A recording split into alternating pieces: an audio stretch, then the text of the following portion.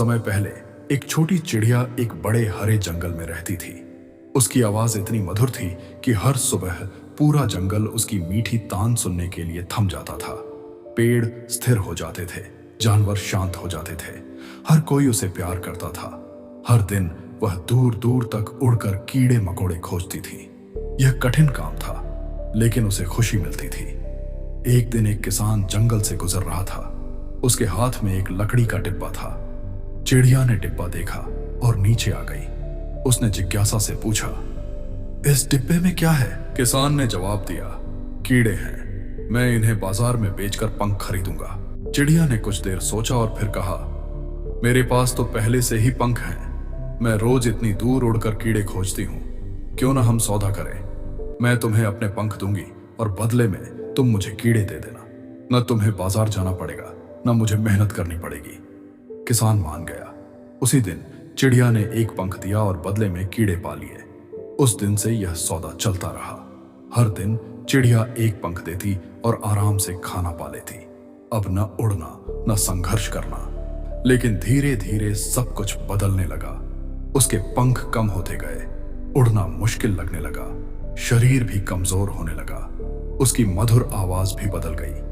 पहले जैसी मीठी धुन अब कर्कश और फीकी लगने लगी। चिड़िया ने सोचा, शायद मैं थक गई हूं, थोड़ी देर में सब ठीक हो जाएगा।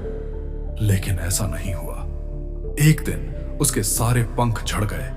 अब वह उड़ नहीं सकती थी, चाहे चाहकर भी कीड़े नहीं ढूंढ सकती थी। किसान ने भी खाना देना बंद कर दिया, क्योंकि अब उसके पास देने के लिए कुछ बचा ही नहीं था। वह चिड़िया दिन ब दिन कमजोर होती गई। अब जंगल में कोई उसकी ओर ध्यान भी नहीं देता था। और फिर एक दिन चुपचाप उसकी मौत हो गई।